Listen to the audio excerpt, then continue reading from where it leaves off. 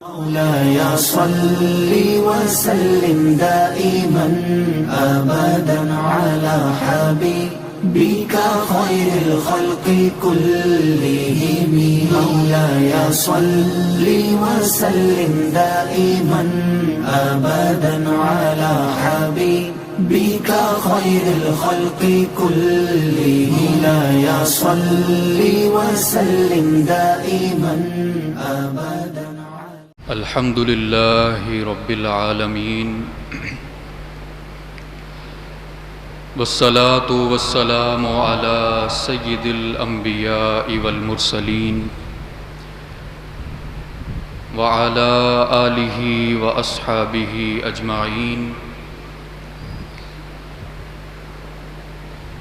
أما بعد فأعوذ بالله من الشيطان الرجيم.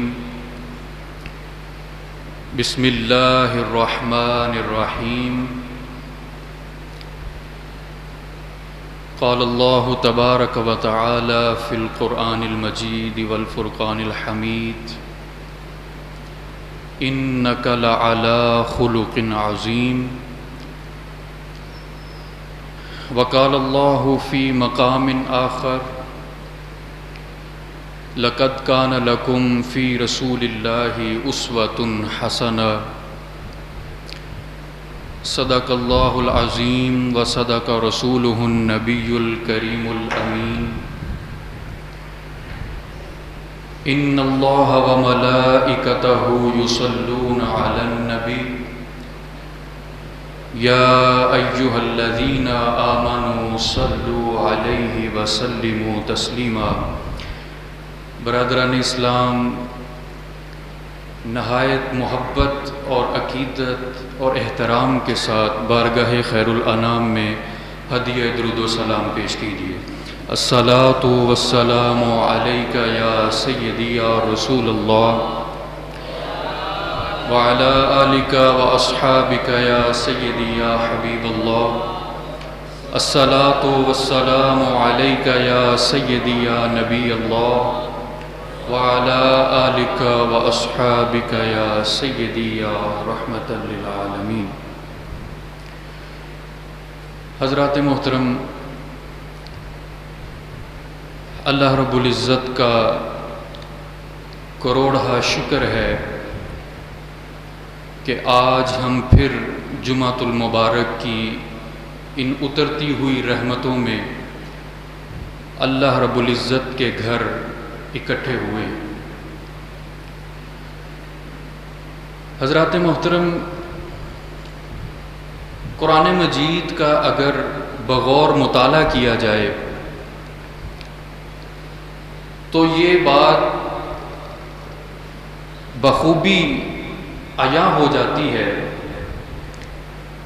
کہ اللہ رب العزت اس کائنات میں جس بھی شے کی عظمت کو بیان کرتا ہے، اللہ رب العزت نے اس کائنات میں کسی بھی چیز کی کمال اور عظمتیں اگر بیان کی ہیں تو اس کو مختلف پیرائے میں بیان کیا ہے. اور قرآن پاک کا اگر بخوبی مطالعہ کیا جائے تو یہ حقیقت بھی واضح ہو جاتی ہے کہ اللہ رب العزت ہر شے کی عظمت اور کمال مختلف انداز میں بیان تو کرتا ہے، لیکن جب اللہ تعالیٰ اسی شے کو اپنی نظر سے دیکھتا ہے، اللہ رب العزت جب اپنی نگاہ سے اس کو دیکھتا ہے تو اللہ رب العزت کی نگاہ میں وہ شے کوئی اور مقام اور حیثیت رکھتی ہے.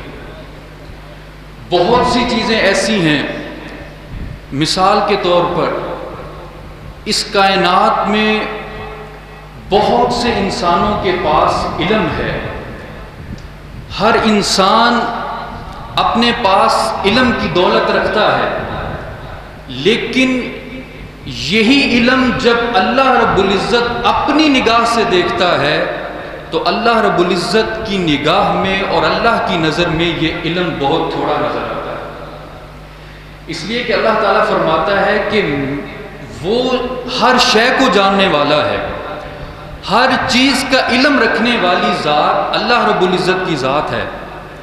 تو اس لیے وہ انسان جو اپنے اندر علم کا سمندر رکھتا ہے، لیکن اللہ رب العزت کی نگاہ سے جب اللہ رب العزت اس کو اپنی نظر سے دیکھتا ہے تو اس کا علم اللہ کی نظر میں بڑا پست نظر آتا ہے۔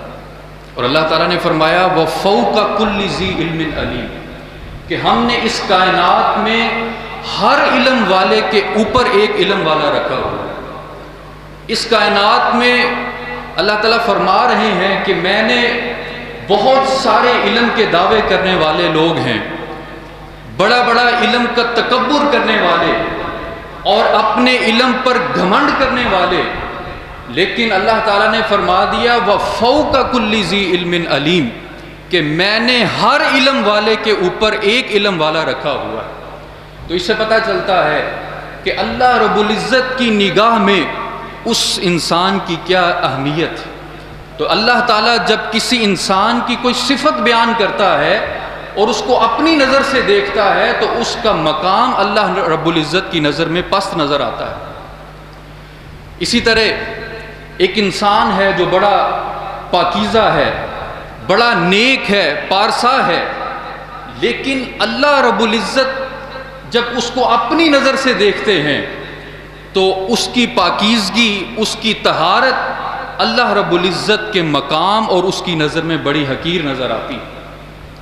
تو اس لیے یہ ایک اصول اللہ تعالیٰ نے ہمیں عطا کیا ہے، اور اسی اصول کے مطابق جب ہم چلتے جائیں اور قرآن پاک کا مطالعہ کرتے جائیں تو ہمیں پتہ چلتا ہے کہ جیسے علم کی مثال میں نے ابھی دی، اللہ رب العزت نے فرمایا وَمَا أُوتِيتُم مِّنَ الْعِلْمِ إِلَّا قَلِيلًا کہ انسانوں دنیا میں بہت سے لوگ ایسے ہیں جو اپنے اندر علم کا سمندر رکھتے ہیں، کسی کو بڑے بڑے علوم پر مہارت حاصل ہے اور سائنس کے علم پر مہارت حاصل ہے، دنیاوی علم پر مہارت حاصل ہے، سیاسیات کا علم ہے، مادیات کا علم ہے، روحانیات کا علم کسی کے پاس ہے، لیکن اللہ تعالیٰ نے فرمایا وَمَا أُوتِيتُم مِّنَ الْعِلْمِ إِلَّا قَلِيلًا کہ اے لوگوں میں نے جو تمہیں علم عطا کیا ہے یہ میری نگاہ میں بڑا قلیل ہے، متاع قلیل ہے اور اس کی کوئی حیثیت نہیں۔ لیکن حضرات محترم اسی علم کو، اسی کے برعکس جب ہم نبی اکرم صلی اللہ علیہ وسلم کی ذات گرامی کو دیکھتے ہیں، وہاں پوری کائنات کے علم کے لیے اللہ تعالیٰ نے فرمایا وَمَا أُوتِيتُم مِّنَ الْعِلْمِ إِلَّا قَلِيلًا ہم نے جو تمہیں علم عطا کیا ہے یہ بڑا تھوڑا ہے، لیکن یہی علم جب اسی علم کا تذکرہ نبی اکرم صلی اللہ علیہ وآلہ وسلم کے حوالے سے کیا تو فرمایا وَعَلَّمَكَ مَا لَمْ تَكُنْ تَعْلَمْ وَكَانَ فَضْلُ اللَّهِ عَلَيْكَ عَظِيمًا کہ اے میرے محبوب اس کائنات میں لوگ بڑے اپنے اپنے علم کا دعویٰ کرنے والے ہیں، لیکن میں نے وہ علم اوتیتم من العلم الا قلیلا وہ علم میں نے انہیں تھوڑا عطا فرمایا ہے، لیکن اے محبوب جب تیرے علم کی باری آئی تو فرمایا وَعَلَّمَكَ مَا لَمْ تَكُنْ تَعْلَمْ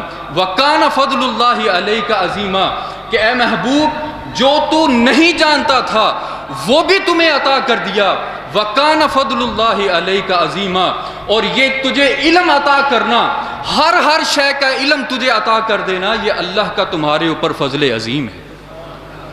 تو فرمایا یہ اصول بتا دیا کہ دنیا میں کسی کی انسان اللہ تعالیٰ کسی کی صفت کو بیان نہیں کرتا اور کسی کی صفت کو اللہ تعالیٰ عظیم کہہ کر بیان نہیں کرتا، لیکن جب نبی اکرم صلی اللہ علیہ وآلہ وسلم کی صفت کو بیان کیا اور آپ صلی اللہ علیہ وسلم کے علم کا تذکرہ کیا تو فرمایا وَكَانَ فَضْلُ اللَّهِ عَلَيْكَ عَظِيمًا ہم نے آپ کو جو علم عطا کیا ہے وہ فضل عظیم ہے۔ حضرات محترم میں نے جو آپ کے سامنے قرآن پاک کی آیت تلاوت کی اس میں بھی اللہ تعالیٰ اسی بات کو بیان فرما رہا ہے وَإِنَّكَ لَعَلَىٰ خُلُقٍ عَظِيمٍ کہ اس کائنات میں بڑے لوگ سیرت و کردار والے ہیں، بڑے لوگ اپنی طہارت اور پاکیزگی والے ہیں، بہت سے لوگ ایسے ہوں گے جو بڑے صاحب اخلاق ہیں، بڑے صاحب کردار ہیں، لیکن اللہ تعالیٰ نے کسی کے اخلاق کو، کسی کی سیرت کو، کسی کے کردار کو اللہ تعالیٰ نے عظیم کہہ کر بیان نہیں کیا۔ لیکن جب نبی اکرم صلی اللہ علیہ وسلم کے اخلاق کا تذکرہ کیا تو فرمایا اے میرے محبوب انک لعلی خلق عظیم، ہم نے آپ کو اخلاق کے بلند مرتبے پر فائز فرما دیا ہے، انک لعلی خلق عظیم۔ حضرات محترم، اس دنیا میں بہت سے لوگ ایسے ہیں جن کی سیرتوں میں، کردار میں، جن کے اخلاق میں اتار چڑھاؤ آتا رہتا ہے۔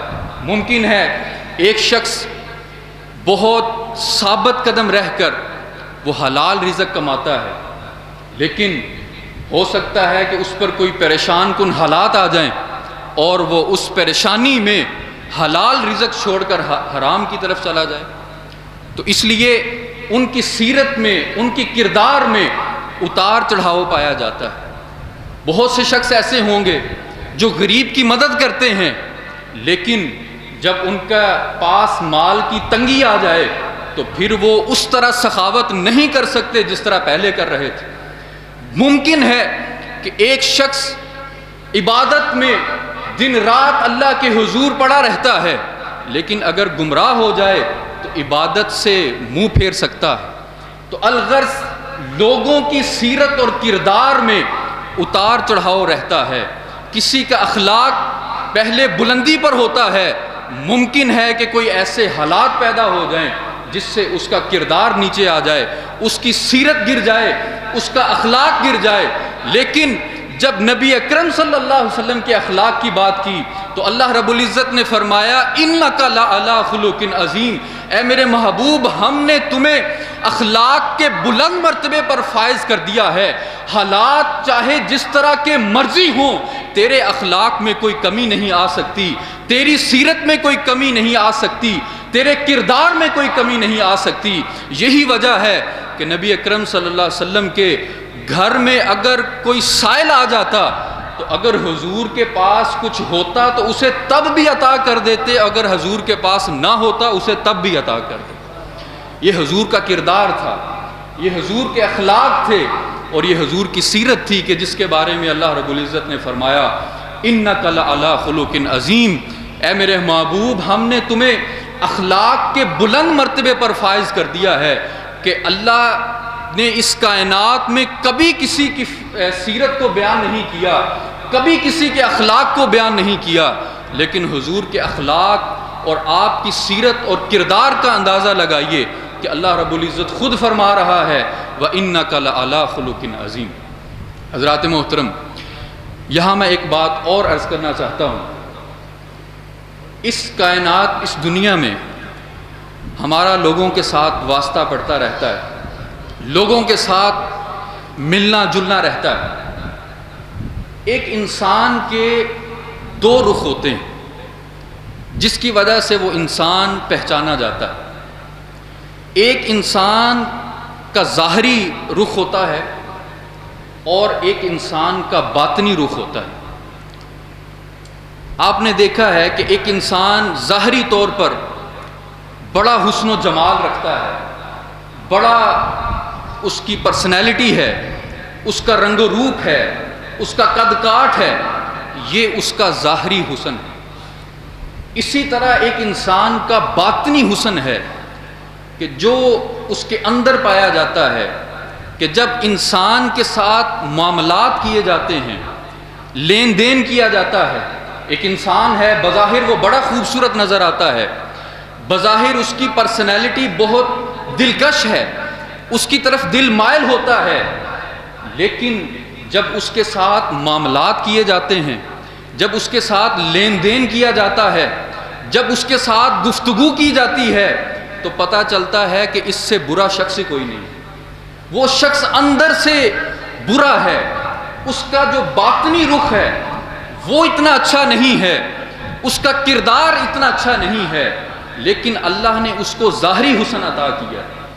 اس کے برعکس آپ اگر دیکھیں ایک شخص ہے جس کا ظاہری حسن نہیں ہے، اس کا کوئی رنگ و روپ نہیں ہے، اس کا قد کاٹھ نہیں ہے، لیکن جب اس کے ساتھ معاملات کیے جاتے ہیں، جب اس کے ساتھ لین دین کیا جاتا ہے، جب اس کے ساتھ رشتہ داری جوڑی جاتی ہے، تب پتہ چلتا ہے کہ یہ شخص اندر سے بڑا خوبصورت ہے۔ تو یہ ایک اصول ہے دنیا کا کہ ایک انسان کے دو رخ ہیں، ایک اس کا ظاہری رخ ہے اور ایک اس کا باطنی رخ ہے۔ اس کائنات میں اگر انسان کو پرکھا جائے، یہ دو اصول ہیں جس پر ہم انسان کو پرکھ سکتے ہیں کہ اس کا ظاہری حسن کیسا ہے اور اس کا باطنی حسن کیسا ہے۔ لیکن عزیزان محترم، اس کائنات میں جب ہم ہر انسان کو تنقید کی نظر سے دیکھتے ہیں، کوئی انسان ہمیں ظاہری طور پر اگر وہ حسن پر پورا اترتا ہے، باطنی طور پر اس میں کوئی کمی پائی جائے گی، کوئی عیب اس کے اندر نظر آئے گا، کوئی نقص اس کے اندر نظر آئے گا۔ ہو سکتا ہے کہ ایک شخص ظاہری طور پر بڑا خوبصورت ہے، لیکن باپ ہونے کے ناطے اس کا رویہ اولاد کے ساتھ درست نہیں ہے۔ وہ باپ ہونے کے ناطے بڑا بے مثال باپ ہے، لیکن ہو سکتا ہے اس کا شوہر ہونے کے ناطے اپنا بیوی کے ساتھ رویہ اچھا نہیں۔ تو حضرات محترم، یہ وہ دو رخ ہیں کہ اگر ہم کائنات میں ایک تنقید اور ایک معیار کا پیمانہ لے کر ہر انسان کا ایک جائزہ لینا چاہیں تو ہر انسان میں کوئی کمی، کوئی عیب، کوئی نقص پایا جاتا ہے۔ چاہے کوئی بڑے سے بڑا لیڈر ہے، کوئی رہنما ہے، کوئی قائد ہے، کوئی مشائخ ہے، اس میں کوئی کمی اور نقص اور عیب پایا جاتا ہے۔ لیکن دوستان محترم، یہی تنقید اور یہی معیار کا پیمانہ لے کر جب گنبد خضرا کے مکی میں حاضر ہوا جاتا ہے تو حضرت حسان بن ثابت کیا فرماتے ہیں؟ وَأَحْسَنُ مِنْكَ لَمْ تَرَ قَطُّ عَيْنِي وَأَجْمَلُ مِنْكَ لَمْ تَلِدِ النِّسَاءُ خُلِقْتَ مُبَرَّأً مِنْ كُلِّ عَيْبٍ كَأَنَّكَ قَدْ خُلِقْتَ كَمَا تَشَاءُ کہ یا رسول اللہ، جیسا آپ جیسا حسن و جمال، آپ جیسا خوبصورت انسان میری آنکھ نے کبھی دیکھا ہی نہیں ہے۔ اور یا رسول اللہ، یہ کیسے ہو سکتا ہے؟ کیسے ہم دیکھ سکتے ہیں؟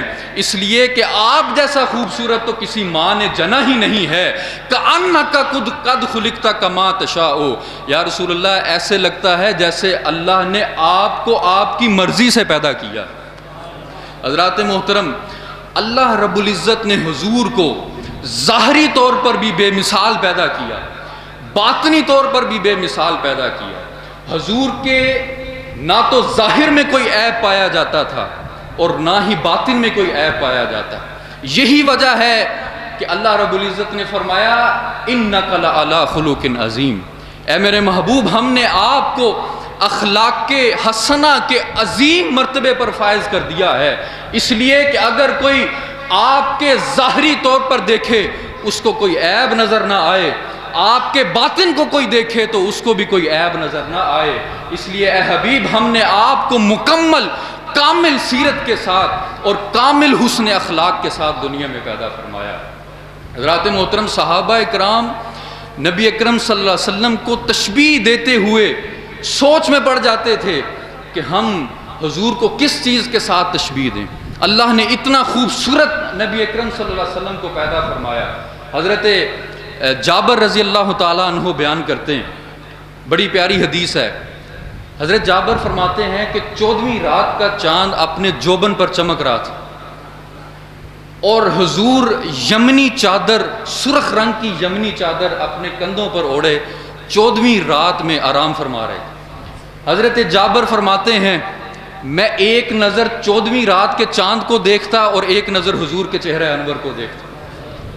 اور حضرت جابر نے کیا خوبصورت بات کہی۔ حضرت جابر فرماتے ہیں لوگوں، اللہ کی عزت کی قسم کھا کے کہتا ہوں حضور کا چہرہ 14ویں رات کے چہرے سے زیادہ خوبصورت لگتا۔ یہ حسن و جمال اللہ نے حضور کو عطا فرمایا، اس لیے کہ جو شخص حضور کے ظاہر کو دیکھتا وہ بھی اللہ تک رسائی پا جاتا، اور جو حضور کے باطن کو دیکھتا وہ بھی اللہ تک رسائی پا جاتا۔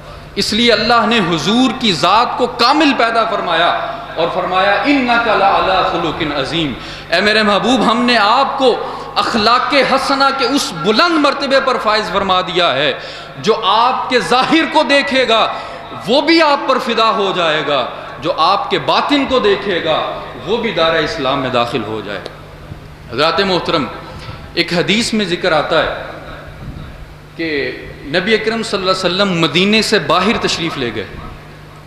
جب حضور باہر تشریف لے گئے تو مدینے سے باہر ایک قافلہ گزر رہا تھا۔ اس قافلے میں غیر مسلم تھے، تجارتی قافلہ گزر رہا تھا، کافروں کا تھا، اور ان کے پاس سرخ رنگ کا اونٹ تھا۔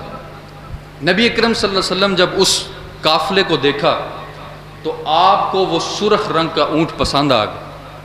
حضور ان قافلے والوں کے پاس گئے اور کہا کہ یہ اونٹ میں لینا چاہتا ہوں، یہ مجھے اونٹ تم دے دو۔ لیکن حضور نے فرمایا میرے پاس ابھی اس اونٹ کی قیمت نہیں ہے، میں واپس مدینے جاؤں گا اور تمہیں اس کی قیمت جو ہے وہ بھجوا دوں گا۔ ان قافلے والوں نے جب دیکھا، اور آپ جانتے ہیں کہ نبی اکرم صلی اللہ علیہ وسلم تجارت بھی کیا کرتے تھے، تو اس لیے حضور نے وہ اونٹ ادھار لیا اور کہا کہ مدینے جا کر میں اس کی قیمت تمہیں بھجوا دیتا ہوں۔ ان قافلے والوں نے وہ اونٹ حضور کو دے دیا۔ جب حضور وہ اونٹ لے کر واپس مدینے آ گئے تو ان قافلے والوں میں یہ چمگوئیاں شروع ہو گئیں۔ وہ آپس میں ایک دوسرے سے پوچھنے لگے کہ بھئی تم میں سے کوئی جانتا ہے کہ وہ شخص کون تھا؟ تم میں سے کوئی جانتا ہے کہ جس نے ہم سے اتنا قیمتی اونٹ لے لیا، اس کے بارے میں جانتے ہو وہ کون ہے؟ ان قافلے والوں نے کہا ہم میں سے کوئی نہیں جانتا کہ وہ کون ہے، ہم نے اس شخص کو پہلے کبھی نہیں دیکھا۔ تو اس قافلے والوں میں سے ایک شخص کہنے لگا بھئی بڑا عجیب معاملہ ہے، کسی شخص کو دیکھا بھی نہیں ہے، اس کا نام تک نہیں سنا، اور تم نے اس کو اتنا قیمتی اونٹ عطا کر دیا۔ اتنے میں ابھی ان کی گفتگو ہو رہی تھی، اتنے میں ان کے خیمے میں سے ایک بوڑھی عورت نے خیمے کا پردہ ہٹایا اور اس نے کہا ارے تم جس شخص کے بارے میں بات کر رہے ہو، جب وہ شخص تم سے اونٹ لے رہا تھا میں نے خیمے کا پردہ ہٹا کر اس شخص کے چہرے کو دیکھا تھا، اور میں تمہیں اس شخص کی ضمانت دیتی ہوں، اللہ کی عزت کی قسم کھا کے کہتی ہوں، اتنا خوبصورت چہرے والا شخص کبھی جھوٹ نہیں بول سکتا۔ اتنا خوبصورت چہرہ جس شخص کا ہوگا وہ جھوٹا نہیں ہو سکتا، وہ شخص لازمی آئے گا اور تمہیں تمہارے اونٹ کی قیمت ادا کرے گا۔ اتنے میں وہ حضور نے 2 صحابہ کو اپنا نمائندہ بنا کر بھیجا اور انہیں وہ اونٹ کی قیمت بھی عطا کی، اور شام رات کا کھانا بھی حضور کی طرف سے ان کو عطا کیا۔ حضرات محترم، یہ حضور کا اخلاق تھا، اِنَّكَ لَعَلَىٰ خُلُقٍ عَظِيمٍ، کہ حضور اب اس بوڑھی عورت نے حضور کے ظاہری حسن کو دیکھ کر حضور کے باطنی حسن کی گواہی دے کہ اتنا خوبصورت چہرے والا شخص کبھی جھوٹ نہیں بول سکتا ہے۔ اس لیے اللہ رب العزت نے فرمایا اِنَّكَ لَعَلَىٰ خُلُقٍ عَظِيمٍ، اے میرے محبوب ہم نے آپ کو اخلاق کے بلند مرتبے پر فائز فرما دیا ہے۔ حضرات محترم، نبی کریم صلی اللہ علیہ وسلم، بخاری کی حدیث ہے، نبی کریم صلی اللہ علیہ وسلم مصلی امامت پر نماز پڑھا رہے تھے۔ اتنے میں ایک بدو عرابی وہ حضور کے پاس آئے، اور حضور تکبیر تحریمہ کہنے کے لیے نماز کے لیے مکمل تیار کھڑے ہیں، اور تکبیر تحریمہ کہنے کے لیے حضور ہاتھ اٹھانے لگے ہیں۔ اتنے میں وہ بدو آتا ہے، ایک عرابی آیا، ایک دیہاتی آیا، اور اس نے آ کر کہا اے محمد صلی اللہ علیہ وآلہ وسلم، اور ساتھ ہی اس نے نبی اکرم صلی اللہ علیہ وسلم کا دامن کھینچ لیا، اس نے حضور کی قمیض کو کھینچ لیا۔ اب وہ بدو تھا، حضور کے پاس اس بارگاہ کے آداب نہیں جانتا تھا۔ حضور کا اخلاق دیکھیے، حضور کی سیرت دیکھیے۔ حضور نے فرمایا اے بدو بتا کیا بات ہے؟ وہ بدو کہنے لگا اے محمد صلی اللہ علیہ وسلم، میں ضرورت مند ہوں، آپ میری ضرورت پوری کیجئے، میں حاجت مند ہوں، مجھے اس وقت کچھ رقم کی ضرورت ہے۔ تو نبی اکرم صلی اللہ علیہ وسلم کا اخلاق دیکھیے، آپ کی سیرت اور کردار دیکھیے۔ نبی اکرم صلی اللہ علیہ وسلم نے اسی وقت اس مصلی امامت کو چھوڑا اور اس بدو کو اپنے گھر لے گئے اور کہا عائشہ جو گھر میں موجود ہے اس بدو کو دے دو، اس بدو کو عطا کر دیا جائے، اس اعرابی کو دے دو۔ وہ اعرابی جب چلا گیا تو نبی اکرم صلی اللہ علیہ وسلم نے فرمایا کہ اس نے جو میری دامن کو کھینچا تھا میں نے اس کو بھی معاف کر دیا۔ حضرات محترم، آج اندازہ لگائیے اگر ہمارے ساتھ کوئی اس طرح کی بدتمیزی کرتا ہے، ہمارے ساتھ اس طرح کوئی اس انداز سے اور اس گفتگو کے ساتھ پیش آتا ہے، ہمارا رویہ اس کے ساتھ کیا ہوگا؟ ہم کہیں گے بھائی تمہیں میری کرسی کا نہیں پتہ، میرے اختیار کا تمہیں اندازہ نہیں ہے، میری طاقت کا اندازہ نہیں ہے، تم نے میرے ساتھ بات یہ کس انداز میں کی ہے۔ لیکن نبی اکرم صلی اللہ علیہ وسلم کا انداز اور حضور کا کردار دیکھیے کہ نبی اکرم صلی اللہ علیہ وسلم نے اس کو معاف کر دیا اور معاف کرنے کے ساتھ اپنی طرف سے اس کی مدد بھی فرمائی۔ حضرات محترم، یہ وہ سیرت اور کردار نبی اکرم صلی اللہ علیہ وسلم کا۔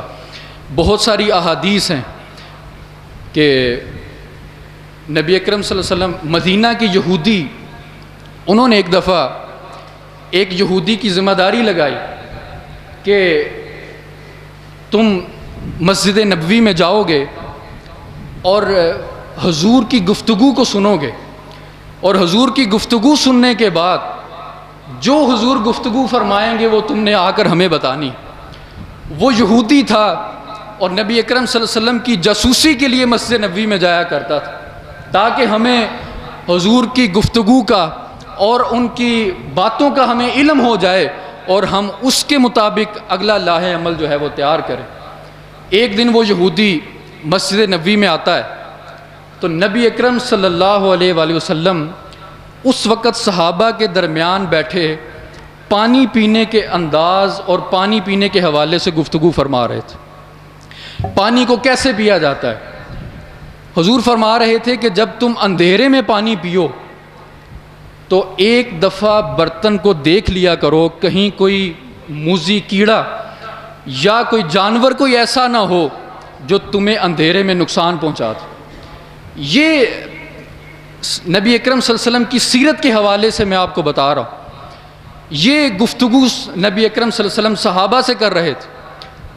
اس یہودی نے جو بھیس بدل کر مسجد نبوی میں آ کر بیٹھا تھا، اس نے جب سنا کہ نبی اکرم صلی اللہ علیہ وسلم تو پانی پینے کا طریقہ بیان کر رہے ہیں تو اس نے کہا کہ یہ تو میرے کام کی بات نہیں ہے، یہ تو کوئی اتنی خاص بات نہیں ہے، لہٰذا میں اس بات کو چھوڑتا ہوں۔ اس نے وہ بات چھوڑی اور مسجد نبوی سے اٹھ کر باہر چلا گیا، اپنے کام پر چلا گیا۔ سارا دن وہ اپنے کاموں میں مصروف رہا۔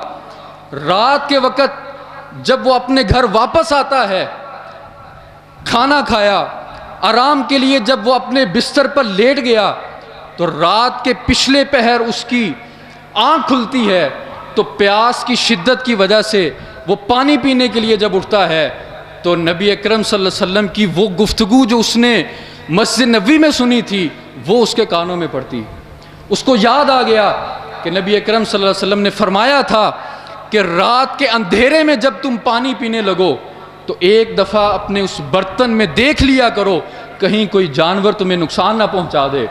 وہ بات جو اس نے دن کے وقت نبی اکرم صلی اللہ علیہ وسلم سے سنی تھی، رات کے پچھلے پہر اسے یاد آ گئی اور اس نے جب پانی کے اس پیالے کو دیکھا تو اس میں واقعی ہی کیڑا موجود تھا، اس میں نقصان دہ وہ جانور موجود تھا جو اس کی جان لیوا ثابت ہو سکتا تھا۔ حضرات محترم، وہ یہودی اسی وقت اپنے ان دوستوں کے پاس جاتا ہے اور جا کر کہتا ہے لوگوں، اسلام سچا دین ہے اور محمد اللہ کے سچے نبی ہیں۔ انہوں نے پوچھا کیا وجہ ہے؟ اس نے کہا محمد صلی اللہ علیہ وسلم کی جس ایک بات نے میری زندگی کو بچایا ہے، بتاؤ اگر ان کی سیرت پر عمل کر لیا جائے تو زندگی کتنی خوبصورت ہو سکتی۔ ہم اپنی زندگی کو کس طرح خوبصورت بنا سکتے ہیں کہ اگر ایک چھوٹی سی بات جس پر عمل کر کے ایک یہودی دائرہ اسلام میں داخل ہو سکتا ہے، تو حضرات محترم بتائیے ہماری زندگیوں میں اگر نبی اکرم صلی اللہ علیہ وسلم کے اخلاق شامل ہو جائیں، نبی اکرم صلی اللہ علیہ وسلم کی سیرت ہماری زندگیوں میں شامل ہو جائے تو ہماری زندگیاں کتنی خوبصورت ہو سکتی۔ مکے میں ایک بوڑھی عورت رہتی تھی، وہ کافرہ تھی، اس نے جب سنا کہ مکے میں ایک شخص آ گیا ہے، وہ کہتا ہے کہ اللہ کو سجدہ کرو اور مجھے اللہ کا نبی مانو، یہ جو بت ہیں یہ تمہیں کوئی فائدہ نہیں دے سکتے، ان بتوں کے آگے نہ جھکو۔ اس بوڑھی عورت نے جب سنا کہ مکے میں ایک شخص آ گیا ہے تو اس بوڑھی عورت نے فیصلہ کیا کہ آج میں نے مکے کو چھوڑ دینا ہے، تاکہ میں اس نبی کی، جو شخص اپنے آپ کو نبی کہتا ہے، میں اس کی باتوں میں نہ آ جاؤں۔ اس نے کہا کہ آج میں مکہ چھوڑ دوں۔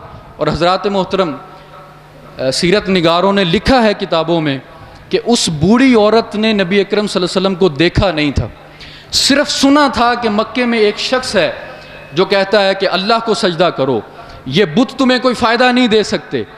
لیکن جب اس بوڑھی عورت نے مکہ چھوڑنے کا فیصلہ کیا، گٹھڑی میں سامان باندھا اور مکہ چھوڑنے کے لیے اپنے گھر سے نکلتی ہے، تو سامنے سے نبی اکرم صلی اللہ علیہ وسلم تشریف لے آئے، حضور تشریف لے آئے۔ لیکن اس بوڑھی عورت نے حضور کو دیکھا نہیں تھا، بس سنا تھا کہ مکے میں ایک شخص ہے۔ جب حضور نے دیکھا کہ وہ بوڑھی عورت اپنا سامان باندھے اپنے گھر سے جا رہی ہے، نبی اکرم صلی اللہ علیہ وسلم نے فرمایا، اے اماں یہ سامان مجھے عطا کر دیں، آپ ضعیف ہیں، آپ یہ بھاری سامان نہیں اٹھا سکتی، اس لیے یہ سامان مجھے عطا کر۔ وہ بوڑھی عورت مکے سے روانہ ہو رہی ہے اور نبی اکرم صلی اللہ علیہ وسلم اس کا سامان اپنے نبوت کے کاندھوں پر اٹھائے ہوئے، وہ کافرہ ہے اور نبی اکرم صلی اللہ علیہ وسلم پر ایمان نہیں لا رہی، لیکن نبی اکرم صلی اللہ علیہ وسلم کا کردار دیکھیے، اس بوڑھی عورت کا سامان اپنے کندھوں پر لادا ہوا ہے۔ جب حضور اس بوڑھی عورت کا سامان لے کر ساتھ ساتھ چل رہے ہیں، حضرات محترم سیرت کی کتابوں میں لکھا ہے وہ بوڑھی عورت سارے رستے نبی اکرم صلی اللہ علیہ وسلم کو گالیاں دیتی آئی اور کہتی رہی، اے نوجوان، تم اس شخص کے بارے میں جو خود کو محمد کہتا ہے اور اپنے آپ کو اللہ کا نبی کہتا ہے، اس شخص کی باتوں میں نہ آ جانا، اس پر ایمان نہ لے آنا، تو بڑا خوبصورت ہے، تو میری مدد کرنے والا ہے۔ اے نوجوان شخص، تو اس مکے میں جو شخص آیا ہے اس کی باتوں میں نہ آ جا۔ حضور اس کی باتیں سنتے جا رہے ہیں، وہ بوڑھی عورت حضور کو برا بلا کہتی جا رہی ہے، گالیاں دیتی جا رہی ہے۔ حضرات محترم اپنے دل پر ہاتھ رکھ کر بتائیے، اگر کوئی آج ہمیں گالی دیتا ہے، ہمارا اس کے ساتھ کیا رویہ ہوتا ہے؟ ہمارا اس کے ساتھ کیا رویہ ہے؟ ہم اس کے ساتھ لڑنے کو تیار ہیں، ہم غصے میں یوں لال پیلے ہو جاتے ہیں کہ اس کے ساتھ بھائی بھائی کو قتل کرنے پر آ جاتا ہے۔ لیکن نبی اکرم صلی اللہ علیہ وسلم کا کردار دیکھیے، گالیاں سن کر بھی نبی اکرم صلی اللہ علیہ وسلم کتنے اخلاق کا اور اپنے کردار کا مظاہرہ فرما رہے ہیں۔ جب وہ بوڑھی عورت سارے رستے حضور کو گالیاں دیتی رہی، مکے سے باہر پہنچتی ہے، تو نبی اکرم صلی اللہ علیہ وسلم سے وہ بوڑھی عورت کہنے لگی، اے نوجوان، اب تو میرا سامان یہاں پر رکھ دے، یہاں سے میں خود ہی آگے چلی جاؤں۔ نبی اکرم صلی اللہ علیہ وسلم نے اس بوڑھی عورت کا سامان اپنے کندھوں پر اٹھایا ہوا تھا، اس بوڑھی عورت کا سامان وہاں پر رکھ دی۔ جب حضور واپس مڑے تو اس بوڑھی عورت نے کہا کہ اے نوجوان، تو بڑا خوبصورت ہے، تو بڑا میری مدد کی ہے، تو نے اتنا بھاری سامان اپنے کندھوں پر اٹھایا ہے، اب جاتے جاتے اپنا نام تو بتا، اپنا نام تو بتا، تو کون ہے؟ تو نبی اکرم صلی اللہ علیہ وسلم نے فرمایا، اے اماں، جس محمد کو تو سارے رستے گالیاں دیتی آئی ہے وہ محمد میں ہوں، وہ محمد میں ہوں۔ حضرات محترم وہ بوڑھی عورت کہنے لگی، اے نوجوان، اگر تو وہ محمد ہے اور تیرا یہ اخلاق ہے، تیرا یہ کردار ہے اور اتنا خوبصورت تیرا یہ دین ہے، لا مجھے اپنے دین میں داخل کر لے، میں مسلمان ہونا چاہتی ہوں۔ حضرات محترم سیرت نگاروں نے لکھا ہے وہی بوڑھی عورت جو حضور کو سارے رستے گالیاں دیتی آ رہی تھی، وہی بوڑھی عورت حضور پر ایمان لے آتی ہے اور مکے واپس تشریف لے آتی ہے۔ یہ کیا تھا؟ حضور کا کردار تھا، حضور کا اخلاق تھا۔ گالیاں سن کر بھی دعائیں دے رہے ہیں، گالیاں سن کر بھی اپنے اچھے اخلاق کا مظاہرہ کر رہے ہیں۔ حضرات محترم آج ہمیں حضور کے اخلاق کو اپنانے کی ضرورت ہے۔ آج ہمارے گھروں میں بے سکونیاں، بے چینیاں، پریشانیاں اس وجہ سے ہیں، ہم نے حضور کی سیرت کو چھوڑ دیا، ہم نے حضور کے کردار کو چھوڑ دیا، اور ہم نے حضور کے اخلاق کو اپنی زندگیوں سے نکال دیا ہے۔ ہم سمجھتے ہیں کہ صرف نماز، روزہ، حج، زکوٰۃ یہ ہمیں کافی ہیں اور یہ ہمارے لیے بخشش کا سامان ہے۔ حضرات محترم یاد رکھیے، نماز بہت ضروری ہے، روزہ فرض ہے، زکوٰۃ بھی فرض ہے، حج بھی فرض ہے، لیکن نماز پڑھنے سے کوئی شخص صاحب اخلاق نہیں ہو سکتا، صرف روزہ رکھنے سے کوئی شخص صاحب کردار نہیں ہو سکتا، صرف حج کرنے سے اور صرف زکوٰۃ دینے سے کوئی شخص با کردار نہیں ہو سکتا، اس کو ہم صاحب اخلاق نہیں کہہ سکتے۔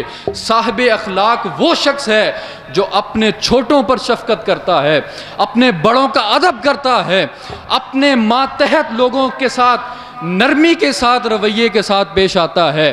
مالک کا اپنے نوکر کے ساتھ کیا رویہ ہے، باپ کا اپنی اولاد کے ساتھ کیا رویہ ہے، اولاد کا اپنے ماں باپ کے ساتھ کیا رویہ ہے، ایک ہمسائے کا دوسرے ہمسائے کے ساتھ کیا رویہ ہے۔ حضرات محترم، یہ وہ اخلاق ہیں جو ہمیں نبی اکرم صلی اللہ علیہ وسلم کی سیرت اور کردار سے ملتے ہیں۔ آج یہی وجہ ہے کہ ہم نے حضور کے اخلاق کو چھوڑ دیا اور ہماری زندگیوں میں رسوائی ہے، پریشانی ہے۔ اس لیے دعا کیجئے کہ اللہ تعالی ہمیں حضور کی سیرت اور کردار سے وہ گوہر اور وہ موتی ہمیں عطا کر دے جس کی آج ہمیں ضرورت ہے۔ اس لیے کہ حضور کی سیرت اور کردار کا مطالعہ کیجئے تاکہ ہماری زندگیاں خوبصورت ہو سکیں۔ یہی وجہ تھی کہ صحابہ اکرام جب بھی کوئی مسئلہ پیش آتا مڑ کر رسول پاک صلی اللہ علیہ وسلم کی طرف دیکھتے تھے اور حضور کی طرف دیکھتے تھے۔ جو سائل حضور کے پاس آ جاتا حضور اس کو عطا کرتے تھے، کوئی حضور کے در سے خالی نہیں جاتا تھا۔ آئیے ہم بھی جھولی بھر کر حضور کی بارگاہ میں ان کے اخلاق کی بھیک مانگتے ہیں کہ یا رسول اللہ ہمیں بھی اپنی سیرت اور کردار سے ہمیں بھی وہ موتی عطا کیجئے جن سے ہماری زندگیاں جو ہیں وہ سمر جائیں۔ اللہ رب العزت کی بارگاہ میں دعا ہے اللہ رب العزت ہمیں عمل کی توفیق عطا فرمائے۔ وما علینا الا البلاغ المبین۔ مولاي صل وسلم دائما أبدا على حبيبك